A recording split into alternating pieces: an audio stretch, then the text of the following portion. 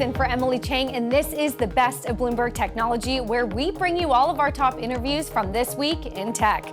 Coming up, the California Consumer Privacy Act. The law is now in effect, but not without controversy. We'll discuss how companies are interpreting the statute meant to standardize data mining practices. Plus, cybersecurity in 2020, what new threats lurk online, and how will tech try to thwart it? We'll talk risks to watch out for. And 2020's Crystal Ball. We'll talk predictions for tech companies in the new year, as well as what tech trends we'll see in the next decade. The battle for tech privacy in 2020. Wednesday marked the official start of the California Consumer Privacy Act. This law is meant to give users transparency on what data companies collect about them, as well as the right to block companies from selling that information. For a look at what to expect this year in the battle to protect consumers' digital lives, I talked to Reese Hirsch, a partner at Morgan Lewis, where he co-heads the firm's privacy and cybersecurity practice. Also with him, Bloomberg's Eric Newcomer, who covers the intersection of tech and government. You know, this is probably the most important privacy legislation in the United States today. I mean, it's an economic powerhouse. We don't have federal privacy legislation. So this is important for California companies and users in California, but also just all over the United States. And it means that companies are going to have to disclose, what data they collect to users, and then let users delete data that they don't want companies to keep. And they're also just going to have to be much more mindful about the data they retain and disclosing the data that they're going to keep to users. Reese, what is it about CCPA that makes it, in your opinion, one of the biggest data privacy laws, frankly, that we have seen? Well, we've just never seen a law this comprehensive regulating privacy in the U.S. And because California is such a huge market, it's going to have a large impact on national companies and the data they collect even outside of California. But privacy regulation in the U.S. has been a pretty patchwork affair so far.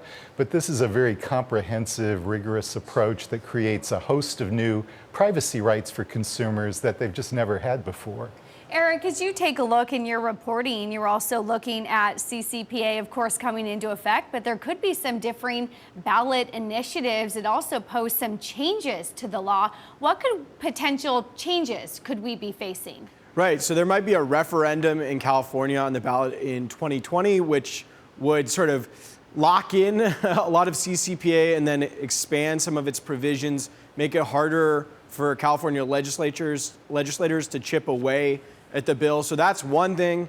Then you have, Illinois, New York, Washington State looking at bills. And then there's still this stream of, federal legislation, the idea that the Senate Commerce Committee could come up with a piece of compromise legislation that could solve this problem nationally. But, so there's just a lot of moving pieces if you're a company trying to figure out, okay, is it just about complying with the current state of California privacy law? Am I watching other states? Is there a federal law? And then what changes if there's a referendum?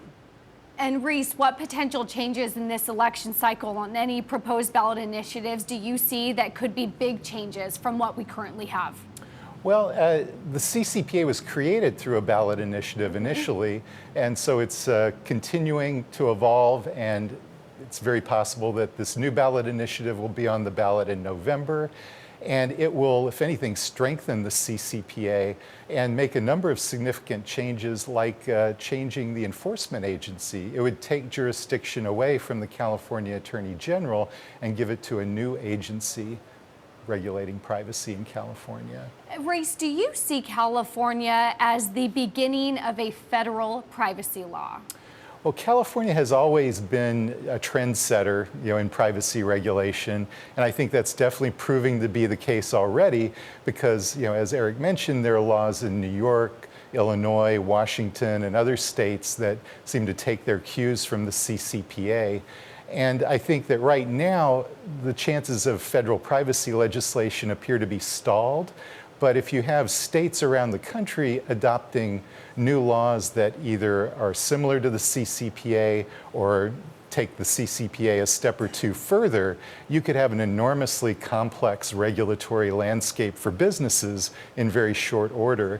And I think if you reach that pain threshold where businesses are finding it very difficult to reconcile all these conflicting requirements, that could finally be the impetus for federal legislation. Eric, in your opinion, what do you see as the big driver for federal legislation? Is it frankly the fact that businesses will be so confused by multiple different state laws that they really do need a federal law to lead the way? Right. I mean, I think there are these two different tension points. On the one side, there's this private right of action or the general push on sort of consumer advocates and more the Democrats to give strong enforcement on any privacy legislation that passes. That's a key piece of debate in the federal law. So that's the sticking point. So it's how much are the states funding the enforcement, and that's part of the California referendum, like we talked about earlier. And then the other side is whether we're going to have, the federal law consume everything, basically federal preemption, and that takes over and kills sort of all the state bills and makes the federal bill sort of the law of the land. And so that's what the Republicans are fighting for in the businesses. So then you see the debate there. It's do we have federal preemption and a private right of action? Do we have neither? So that's where the debate remains. It's a lot of the small pieces of the bill people tend to agree, but it's those big sort of ideas, how we enforce it and whether the federal law is the ultimate sort of law on privacy that's still up for debate, and that's why Congress is stuck. Reese, what are you hearing from businesses just from a high level in terms of being compliant with CCPA, and if that isn't a big deal because they're already compliant with a broader level of data privacy? Well, it's true that GDPR is a major European privacy law that went into effect last year, or the year before last, and the CCPA does draw upon a lot of the concepts in GDPR, but that's a law that applies to data of European residents. And so, it hasn't, even for big companies that have implemented GDPR compliance, they haven't necessarily done it for their US operations.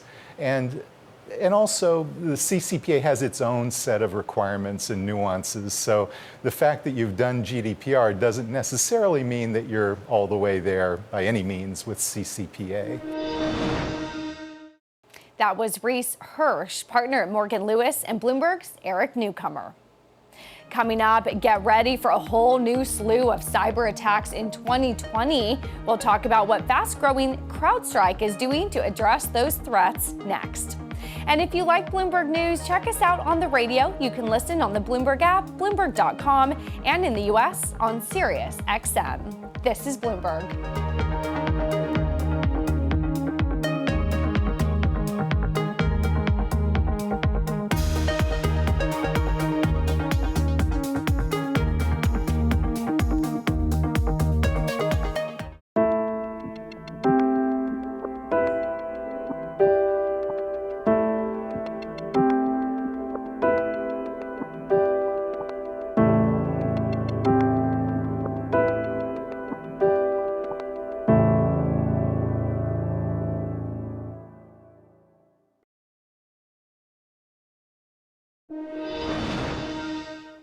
New year, new threats. Cybersecurity trends in 2020 will include new mobile risks. In addition, hackers are expected to employ machine learning in attacks, and the cloud will prove fertile ground for compromise. Cybersecurity tech firm CrowdStrike provides threat intelligence and cyber attack response services meant to deal with such risks. The company is also a top security pick for analyst Alex Henderson of Needham. Basically, there's 2 points that I would make. The first one is that we believe that the security is an area that absolutely has to see more spending. It is a primary focus, not just in terms of IT, but at the board level. And to that extent, we think that there's clearly going to be a very significant increase in spending in this space, particularly as we get closer and closer to the election. It's going to become more and more of an issue. We particularly like companies that are in the cloud direct segment of the marketplace that have a cloud native solution I heard your last guest talk about security in the cloud.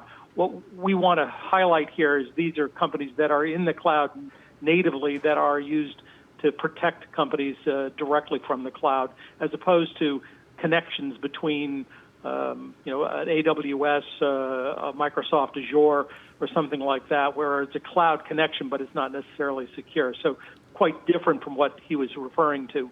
But ultimately, the reason we like CrowdStrike is we think the company's growth is going to continue to be well in excess of 50% over the course of the next year. The street has it slowing down to about 30% growth at the end of the year, and I think that's too steep a deceleration from the 100% growth they posted last quarter. And additionally, any upside you get in revenue demonstrates significant margin leverage. So I think there's good upside to both the revenue and the margin side of the equation. We strongly believe that CrowdStrike is one of the key solutions to the security problem that enterprises are facing. So you paint a positive picture in terms of enterprise and corporations increasing their spend on cybersecurity, but what is CrowdStrike doing specifically that perhaps other companies are not to take advantage of that positive backdrop? Sure. So let me delineate between the winners and the losers here in the security space. We very strongly believe that the world of perimeter defense, where you basically put an IT stack at the edge of your data center, is no longer a valid security solution. While you still need to do that, that the world is shifting to what I would call a cloud direct solution. Companies like Okta, Zscaler, CrowdStrike, companies like Mimecast and Proofpoint and Qualys are in the cloud and delivering cloud security. The companies that are in the perimeter side of it, companies like Palo Alto, companies like Checkpoint, Fortinet, these companies are trying to do a perimeter defense model where you're essentially trying to keep the bad guy out. And you're just never going to win at that. There was a recent security survey where 76% of chief security officers at enterprise expected that they would be hacked in the next 12 months, and 60% of those said that they didn't think they would know it when it happened. And that's a function of the failure of perimeter defense to work. All the bad guy has to do is get through once, and you got to keep him out 100% of the time. It's pretty obvious that's not working. So we're moving to a world of what's called zero trust or cloud direct security. And these companies that are in the cloud that are delivering that, I think ultimately are the winners, will be the next generation of security companies and will gain share from the perimeter names. Thanks to Alex Henderson of Needham. As for those new cyber threats on the horizon, we got insight from one of the most renowned experts in the field, Tom Kellerman of VMware. He served on the Commission on Cybersecurity under President Barack Obama. It has become a functionality of conducting business in today's world. You have to appreciate that all the major organized crime syndicates of the world have created business models around hacking. You have rogue nation states with dedicated cyber attack divisions. And then geopolitical tension continues to manifest in cyberspace with things like the trade war and other events that occur on the global stage. You know, Tom, I wonder who is most at risk. I talk to, cybersecurity experts, and they say it's the employees that we're exposing. The companies, other financial institutions are always a big threat. Who, in your opinion, really poses the biggest risk in 2020? Well, I think there's a shift in how hackers are hacking. They've moved away from burglary to home invasion. It's a lot more dangerous in that they will take over and commandeer your digital transformation efforts and use your infrastructure, your website, your mobile app, and your network to attack your customers. Your brand will be used against your constituency, and that's the awakening that must be had in corporate America. I really want to fold in the election. As you look at 2020, are we more prepared than 2016? I would say we're more prepared because we're aware of the antics that certain nation states will leverage to manipulate democracy as a whole. But that being said, is very few states have taken up the free assistance being provided by the Department of Homeland Security to better secure their electoral systems. And frankly, many states are hamstrung with limited budgets and capabilities to do a very effective job in thwarting nation states who have malign influence campaigns that are ongoing. I mean, Christopher Wray said in a testimony testimony in front of Congress that he sees activities by at least 3 nation states that are targeting the electoral system, not all of which have the same goal in mind. What are the ways in which you see hackers getting to us in 2020? Is it as simple as the voting machine or something much more enhanced? Well, when it comes to the individual or the corporation, we need to be very wary of our information supply chains, our cloud service providers, our outside general counsels, the outside marketing firms that we utilize, and even as individuals in the same regard, because those entities will be attacked and their infrastructures will essentially be jacked in order to target us and target our constituencies as a whole. But more importantly, what Carbon Black or VMware Carbon Black research has shown is that there's a dramatic uptick of destructive attacks where hackers are actually manipulating the integrity of data and changing exactly the way either a corporation operates or an individual thinks specific to their devices and their electronic and digital environments. Tom, I love that you brought up the cloud because we have grown up thinking that the cloud is secure and safe. Is the cloud more at risk than we think it is? Well, not all clouds are created equal. And honestly, the whole purpose behind what we are focused on here at VMware is to build in intrinsic security into the environment across the entire stack. You can't try to retrofit security on cloud environments. You have to build it in from the beginning. And you have to understand that an adversary will use that environment to attack your constituency. So you have to have greater visibility in how you would suppress that adversary in real time. So like I said, it really depends on the strategy and the amount of dedication of that organization to securing their cloud, and that varies by industry and by corporation. Tom, you were saying that some of the biggest threats are coming from Russia, Iran, China. How are they differing in their approaches?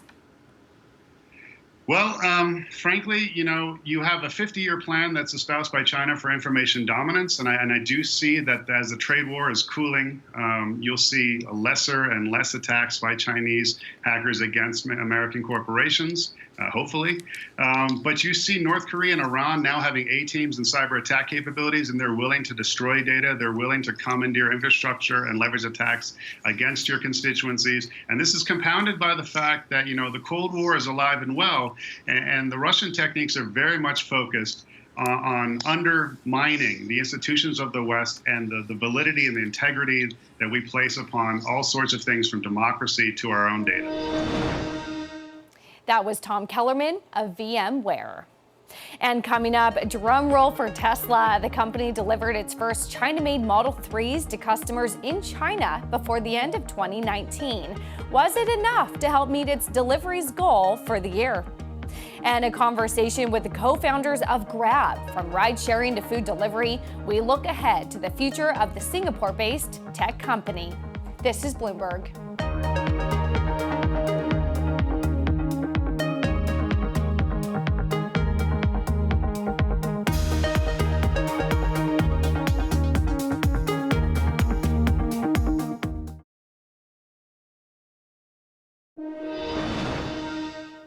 This week marked a major milestone for Tesla in the world's largest market.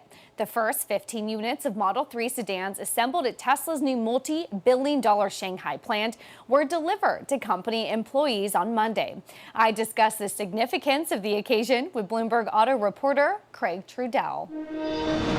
The red bars in that chart, Taylor, really signify just how much people are expecting China to sort of carry the water for the general EV market. And that's really the case for Tesla as well, and the reason why people have been so optimistic about this company. When you look at the rally that Abigail just talked about, it's a significant portion of the reason why investors are growing so bullish with this company. Obviously, people were willing to give Elon Musk a little bit more benefit of the doubt after the third quarter earnings release when they reported a surprise profit. But really, the optimism that you've seen more recently that this is a company that will be able to unlock significantly more potential in the China market is sort of a bet that's being made here. To answer your question, though, it is a little bit unclear at this point just how much this will have a significant effect on Tesla, because we aren't seeing the price of the Model 3 drop significantly yet. And what we may find is that the company will be able to bring the price down for the Model 3 once it's able to localize more of the content of that car. And the sedans that it's building in the Shanghai Gigafactory are more sort of localized in that market. Well, and are those production targets for that Shanghai factory realistic this time around? It's funny. We talk about how much of a heated debate there is over this stock, and part of that is because of the sort of shakiness of execution relative to the predictions that Elon Musk tends to make. This is a CEO that has talked about early on being able to make 1,000 of these cars a week. At some point getting to 3,000, and he's talked about the idea that the sort of long-term demand picture for Tesla in China could be around 5,000 a week. But Cowen, the analyst at Cowen, who we've talked about earlier, who's a little more on the bearish side, is really skeptical that the company will be able to hit those sorts of levels, especially with the government in China sort of pulling back on subsidies. We've seen the EV market in China really struggle the last 5-6 months as a result of that pullback. And Craig, we heard from Alan Wang, the general manager of Tesla in China, on their goals. Take a listen to what he had to say. Our goal is to sell all vehicles manufactured at our Shanghai factory. We are confident in achieving that. I mean, you heard it there. They want to sell all their vehicles in Shanghai. I wonder, though, what is the downside risk here that maybe the bulls are wrong and China doesn't live up to what it says it is? Well, that's a real question, because this is a company that has not paid a significant amount of money for the factory that they built so quickly. Sort of an under the radar development last week was the company securing some financing from local banks for that factory. So this is a tab that they're only sort of paying off going forward, as opposed to something that they've paid for already. And meanwhile, you have a company that, and Musk, a company that has sort of endless ambitions. He's already moved on to the next factory that he wants to build outside Berlin. So, for this rally to be sustainable, Musk is going to have to deliver some sustainable earnings, something that they haven't been able to do up to this point. That was Bloomberg's Craig Trudell. And coming up, a conversation with the co-founders of Grab, how this Singapore-based tech company is entering the very competitive ride-sharing and food delivery business next. This is Bloomberg.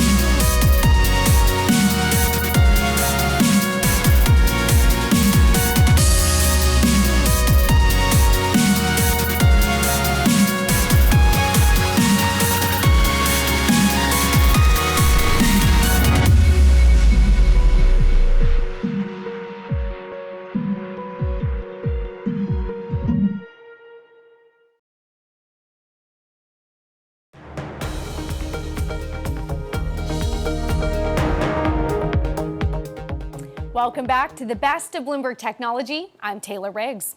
About 40% of Singaporeans have poor access to banking and financial services, but two Southeast Asian companies are looking to change that. Grab Holdings and Singapore Telecommunications have teamed up to apply for a digital banking license this year.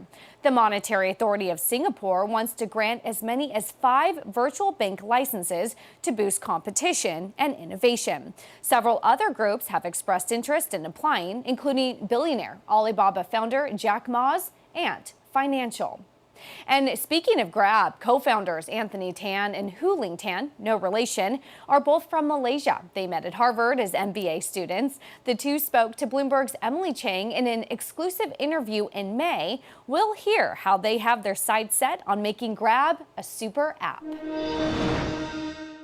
It's not just SoftBank. I mean, if you think about it, in fact, the first $3 billion wasn't raised by SoftBank. It was raised from Toyota to Hyundai to Booking to Microsoft, Ping An, Oppenheimer, right? You talk about we're very, very blessed with sort of the global best names one can imagine. But why continue to raise money rather than going to the public markets?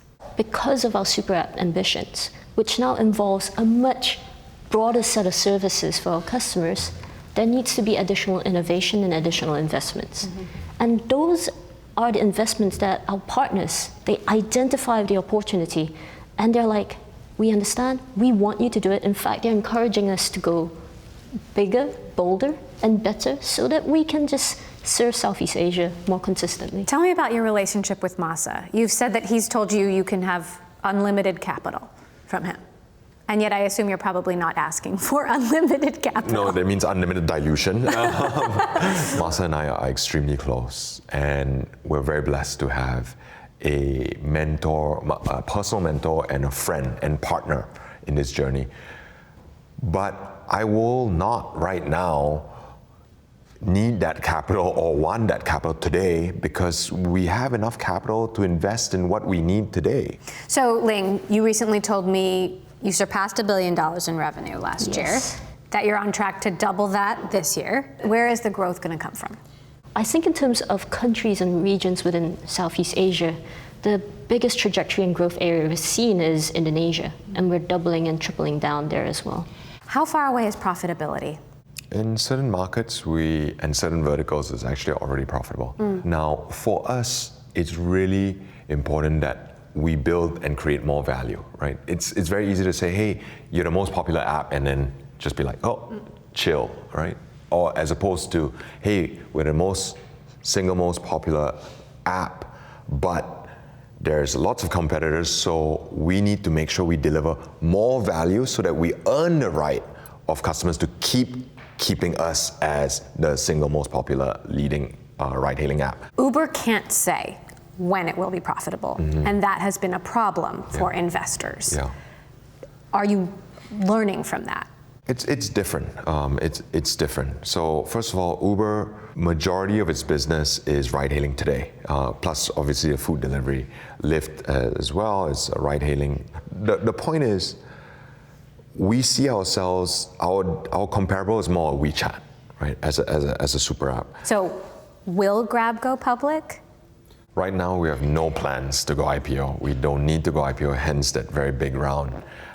For us, again, choosing long-term strategics, again, as part of our Tech for Good, working and co-nation building, is when we talk about nation building, it's not 5 months. It's the next 5, 10, 15, 20 years. Given the US-China trade tensions and manufacturing that seems to be leaving China and moving to Southeast Asia, does Grab have a role in that? Is that an opportunity at all for you? What I can share about the States and China is that both regions are equally looking at Southeast Asia as huge future potential growth areas. I think everybody sees Southeast Asia as a region of growth for the future, and it's not short term. It's not for the next 5 years. It's going to be for the next few decades, and that's the growth we want to help drive and lead and grow for the rest of the country. We've seen many founding teams fall apart. There's blood on the floor. You guys seem to have a great working relationship. How do you maintain that? We've just had an amazing relationship because we share that foundational value system. We also share that passion and vision for what we believe we can contribute back to the region. And we do know that it's unique, and hence why we cherish and value it even more. At the same time, we also know that there are many more opportunities for others like us to equally find the same passion. So we encourage it. In fact, we are helping back in the region. We've launched something called Grab Ventures Velocity. It's our own accelerator program to help other startups in the region who are trying to do good, trying to find scale, using our platform, using our access and partnership. We're trying to help them as well because we were able to stand on the shoulder of giants, and we're hoping that we can help give them a little boost that they all deserve as well. That was Grab co-founder and CEO Anthony Tan with Huling Tan, also Grab co-founder and chief operating officer.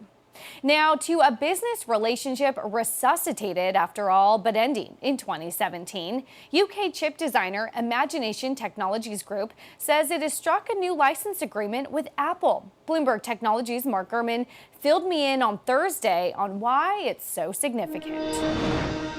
When you're building a phone or an Apple TV or a watch or an iPad, this is very much to simplify it, right? There's two main types of chips you want in those devices. You want a CPU, which is the main processor.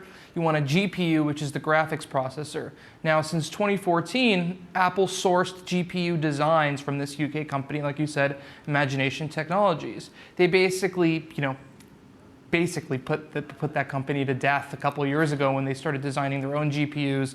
The company's stock price plummeted to the point where they had to sell themselves to a China-based private equity firm. Now it seems like Apple wants Imagination Technologies to come back into the fold, whether they own some patents or key technologies that Apple's not able to design itself or not paying royalties to. So they're striking a new deal with them, and it's to be seen, how long this one lasts for. And Mark, I have to ask why, because you said in 2014 Apple went to its own chips and didn't use this company's chips. Now they're going back. Is this a new vote of confidence in the company or worries about Apple's own chips or none of the above? I think it's a mix of things, right? Except I don't think this has to do with Apple, worrying about its own components. They're pretty much at this point leading the industry in terms of their own in-house chip efforts. What Imagination Technologies likely has is key patents that Apple figured it's going to need to pay royalties on anyways, and it would be cheaper for them, within a few years, the short, long run, if they just struck like a longer-term royalty deal rather than pay them on an individual device basis or deal with a public spat and lawsuit like they did with this company a couple years ago. And Mark, what types of patents are we looking at? AI, 5G, what do we think those are? Yeah, this is stuff related to computer vision and AR specifically. There's this new technology called ray tracing that Imagination Technologies is sort of pioneering out in the UK, which really helps with the clarity and the processing power that AR devices can have. And so some of these patents could be beneficial from that perspective as well. But also imaging technology specific to GPUs and phones and stuff like that. So they have a lot of patents that Apple could find useful. To me, in my opinion, I don't think they're actually going to use any technology straight from Imagination. They're developing it themselves in-house. They just don't want to have to pay the big bucks that royalty fees would require. This is much simpler on their bottom line. And if they do, how soon would we start to see this into the technology? Are we looking at next September's 5G phones, or is this later off? Yeah, I don't think this has anything to do with 5G. This would be later off. This would be AR-related technology. It's very possible this could be stuff that we're not even going to notice is new or to see. It's stuff that could already be in there. It's stuff that Imagination Technologies could be threatening to take Apple to court over already behind the scenes. Remember, this is not a public company anymore, so a lot of this can happen, sort of under the table. So it makes sense for a number of reasons why Apple would want to come to this agreement. I'd be shocked, in fact, if we saw any new big announcement specifically related to this tech. That was Bloomberg's Mark Gurman. And coming up, will Google Cloud close the gap with Amazon Web Services and Microsoft's Azure? Big tech predictions for 2020. That's next. This is Bloomberg.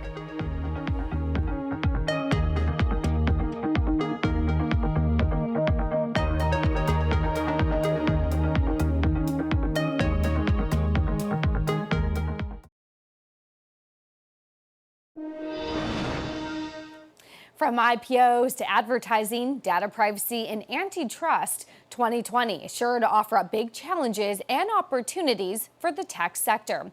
On Tuesday, I got a reading from Rohit Kulkarni of MKM Partners. There are a lot of ifs and buts here, but the way I would characterize is there is a significant supply, or there is a significant aging effect amongst private companies. Private companies are staying longer, private longer. They are becoming larger on the private side. So the only way they can get to liquidity is mostly through IPOs. Very few big M&As happen at around $10, $20, $30 billion. So that's one. So we have a lot of those companies waiting on the sidelines.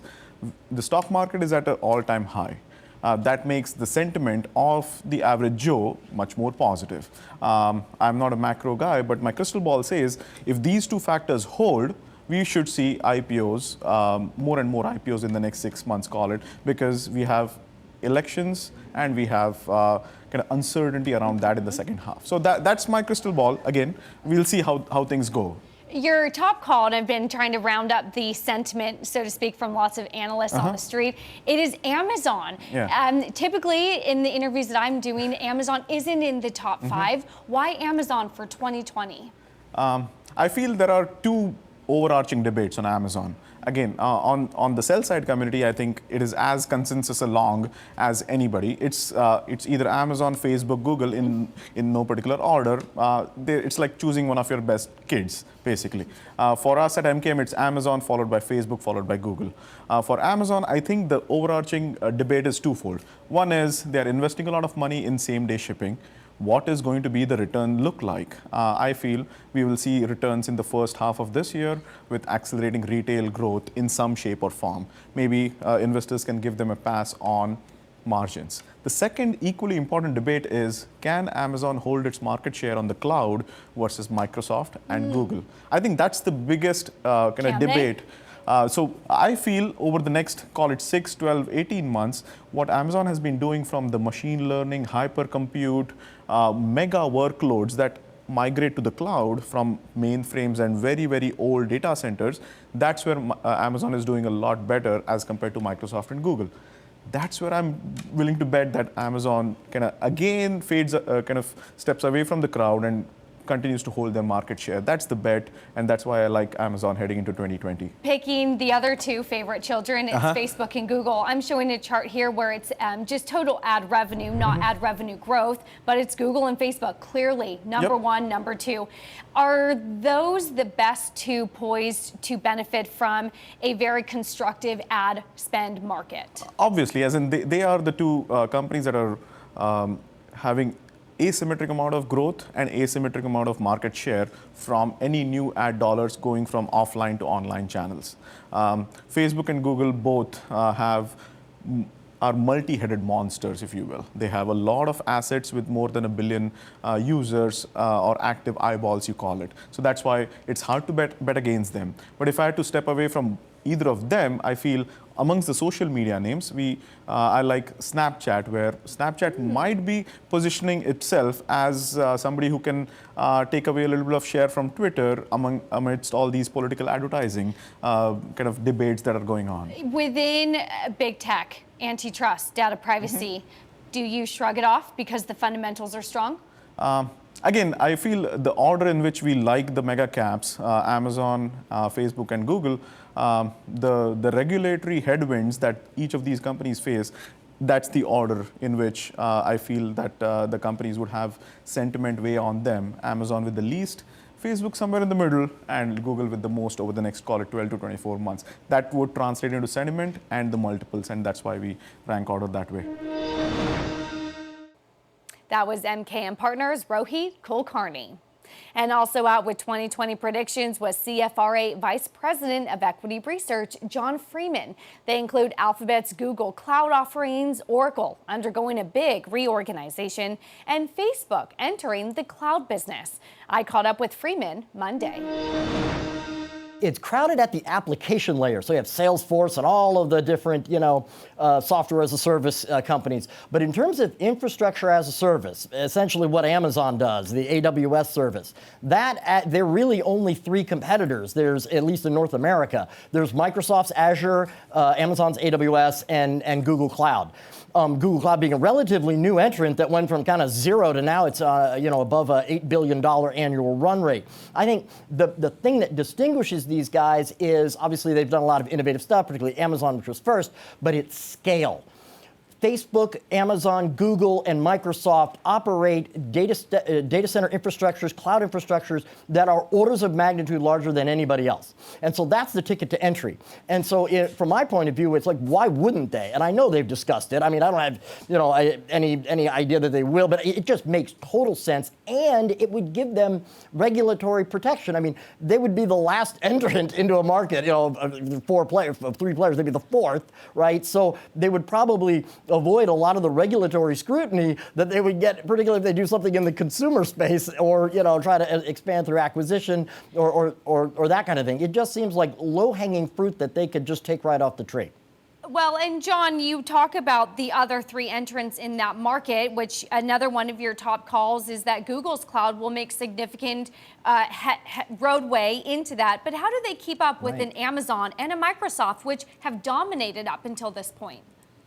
Yeah, no, that's it. So again, I think scale puts you in the game. Now, one of the things that Google has done is they've differentiated, particularly on the analytics and on and getting developers to use their TensorFlow framework for machine learning, for AI, effectively, right? And they are, and Microsoft and Amazon are sort of involved in that too. But I think that's one of the things that Google can do to differentiate. And TensorFlow is very popular among developers, and the developer community is always a great, leading indicator of what's going to be successful, what's going to be adopted. John, finally here you look at Oracle splitting up hardware and software. Yeah, I think it's time. I think there have been a couple of decades of acquisitions that were really targeted at the old client server sort of world where you wanted to give an enterprise customer, we'll give you the database, the operating system, everything, full, one-stop shop kind of value proposition, and that was effective. But in a cloud world where most of these enterprises are now trying to, outsource, right, their infrastructure to, the Google and Amazon and Microsoft Azure, that value proposition actually turns around, and I think it hurts Oracle. They're not able to do deals with their database on their database side because, the application side competitors get worried and vice versa. So I think there's negative synergy that they can unlock a lot of value by doing so. That was John Freeman of CFRA Research. And coming up, it is not as easy to see the future as companies make it seem. We'll take a look back at the decade of tech predictions for 2020. This is Bloomberg.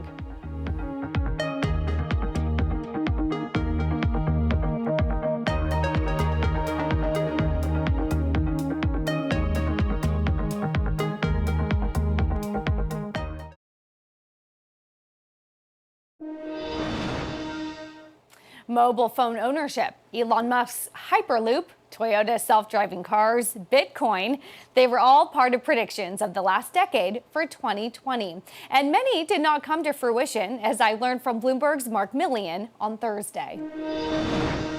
Ericsson Mobility put out a report in 2014 predicting that by 2020 there would be, as you said, 9 out of 10 people over the age of 6 with a cell phone. I think they probably overestimated how quickly the developing markets would come online and how quickly cell phones would come down in price. It's just a big divide to bring so many people in developing economies up into the smartphone age. I want to switch on over to digital because there was another prediction that Jet.com will break even. I remember I was at the Walmart shareholders meeting with Mark Lurie talking about Jet.com, but it looks like they're still losing money, not yet breaking even. Yeah, at that point, Jet.com was an independent entity, and they were the startup funded by immense amounts of venture capital, kind of before Uber and Airbnb were really coming up and creating the age of the unicorn. And they were this like early example of all of the Silicon Valley money that's going up in smoke. And so in response to a lot of the criticism, Mark Lohr came on this very network and said, by 2020, we'll be breaking even. And Walmart ended up buying them the next year, but by all accounts, I don't think that really happened. Walmart is losing a lot of money in their competition with Amazon right now. Another one of the big tech giants that we talk about is Google, Alphabet. Now you come in and they thought that at one point their cloud business revenue would eclipse that advertising revenue, but we're not quite there yet. Yeah, they were a little ambitious in their prediction that saying by 2020 they'll have their cloud business outpace their advertising. It's still very much an advertising business. I think at the end of last year, advertising made up about like 85% of Google's revenue. And so cloud has grown a lot, but it's a far cry from what they envisioned, and they're like bumping up against Amazon, which is really dominant in that business. What might have been the biggest bust of the year, pun intended perhaps, is Dyson, saying that they would sell an electric car, and they actually came out in 2019 and I think shut down the entire business, just could not get it off the ground. What happened with Dyson? Yeah, that was a prediction that wasn't that far out. That was just a couple years ago. They're like, all right, we're working on this electric car, and we're going to have something ready by 2020. It didn't take them long to figure out, as they described it, the project was, quote, not commercially viable. So spent a lot of money. It's a vacuum company that wanted to be something much larger and realized that it's a very complicated business. And a very high prediction, I think a far off prediction that might not have ever come true, was Uber deploying flying cars. No flying cars in our future yet. Yes, although they still maintain that, sometime in 2020, they expect to do demonstrations of these like flying car, like takeoff and landing vertically vehicles. Now they do have helicopters, which are kind of like a flying car, but not really, which they're booking in New York. But they still hope to be able to show some type of live demonstration of a futuristic Jetsons-like car. I want to end with number 7, which is Toyota will make self-driving cars because there's been a lot of competition, not only in the EV space, but in the self-driving. Waymo, for example, also space. What did we know about Toyota and their self-driving cars? This is actually the one that was the closest to being right. So they said that this was way back in 2015, I think Toyota came out and said, we expect to have cars that will be able to drive themselves on the highway. They will be assisted technology for drivers. It doesn't mean you won't have a driver in the front seat. And they do plan to do that this year through their Lexus brand, have a car that can drive itself on the highway, kind of like a Tesla does. But it was sort of a way to cap the crazy hype cycle that took place over the last decade in self-driving cars. There were a lot of predictions about how we'd be sitting in the back seats and have robots driving us around, and we are nowhere near that day. That was Bloomberg's Mark Millian. And that does it for this edition of the Best of Bloomberg Technology. We'll bring you all the latest in tech throughout the week. Tune in each day, 5 p.m. New York and 2 p.m. in San Francisco. And Bloomberg Technology is live streaming on Twitter. Check us out at Technology, and be sure to follow our global breaking news network at Quick Take on Twitter. This is Bloomberg.